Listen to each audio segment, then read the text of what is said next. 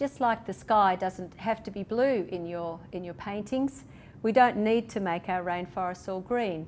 The class sample is basically green, but I always encourage my students to experiment with the colours and to make it unique, make it their own.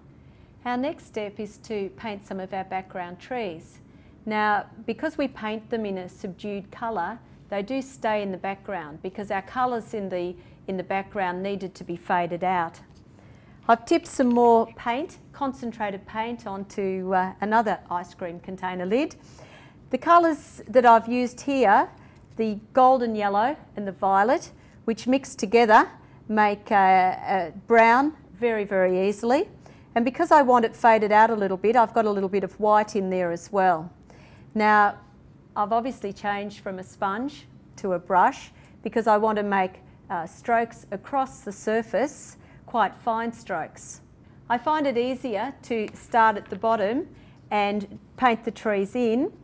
Now, when I'm painting the trees, I want to add a bit of character, a bit of movement, so I might make them on angles.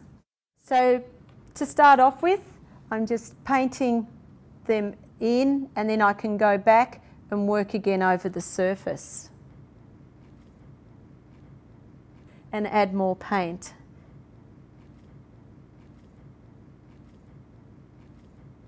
Taking it right up into the sky and out the bottom, right out the top of my picture. So let's put in a few different trees in the background, some of them close together, some of them even overlapping, so that we're creating our forest background. It doesn't matter if they come and go, because that's what happens in the forest. We see some of the trunks and not some of the others. The main thing is that they stay in the background, so we don't want the colours too strong. At this stage, we don't do any stitching on the trees, but we wait till the quilting process, when we just add a subtle line of quilting in a matching thread down the side of these trees. Once again, that's to get them to stay in the background.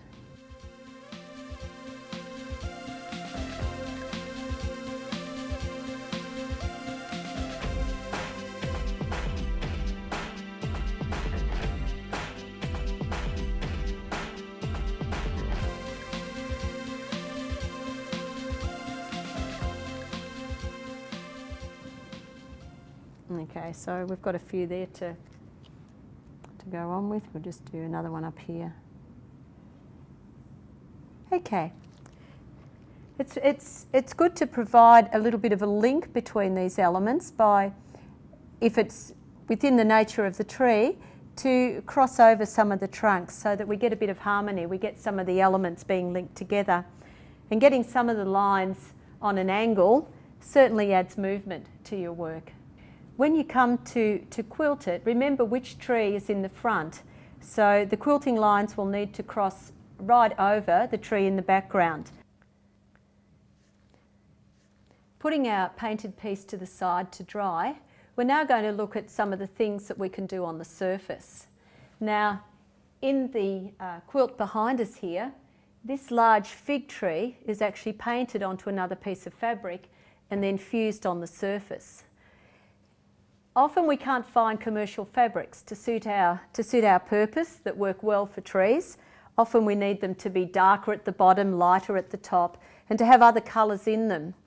So one way we can get round this is to paint the trees ourselves. Now, we've started off with a fresh piece of white cotton fabric, and because we're not wetting it this time, I've ironed it onto a piece of freezer paper on the back so that I've got a nice stiff surface to work on.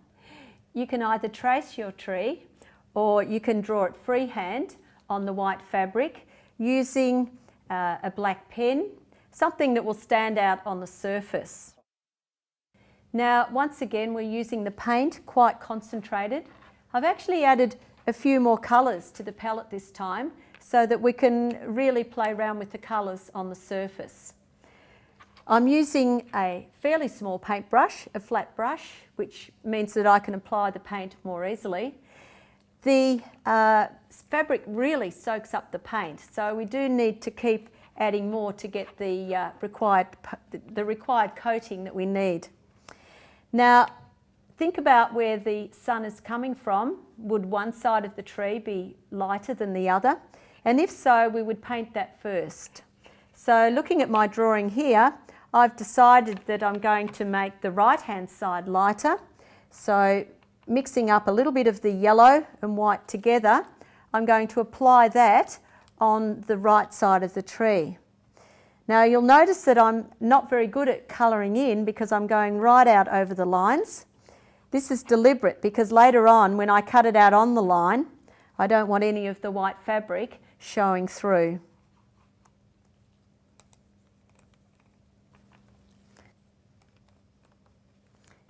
So gradually add more colours, filling in the surface.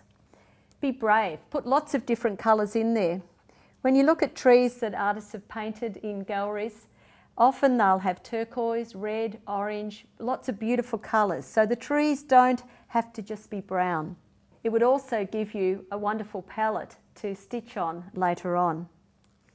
You can see when I'm brushing over the lighter areas that I still have it quite light on that right side, and then perhaps I'll go to a little bit of black added on the other side to make it quite dark. That way we are using the light really effectively, because light is a wonderful, powerful thing to use in your work.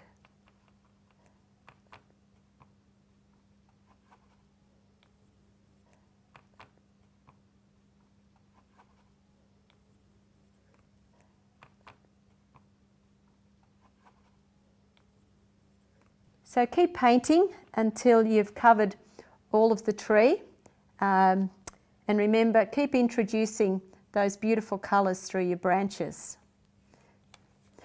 Once you've covered the whole tree, once again we put it to the side to let it dry. If you're in a hurry, you can hurry up the process using a hairdryer. Once the fabric is dry, we then iron it, and we're ready to cut out our tree, ready to put on the surface. Once the fabric is dry, iron it to make it permanent, and then it's time to put some fusible web on the back. Now make sure that you cover all your tree on the back with the fusible web, and then you can cut out along your drawn lines. When the paint dries, you'll be able to see your pen line, and you'll be able to cut out the shape of your tree. This is one that I was using in class today with the students, and you can see that the fusible web is on the back, and I'm just going to remove the paper, and then of course all we need to do is put it into position and iron it down, and there it is in our work. Because it's sitting on the surface, it'll certainly come forward in our work, which is where we want it to be. After that, our next step is just to stitch down the sides of the tree to keep it in there, and then we can go back with all our lovely thicker threads and embellish it, creating moss and lichen and other textures. So now it's time to go and have a look at some bigger quilts in my exhibition and see how I've used some of these techniques.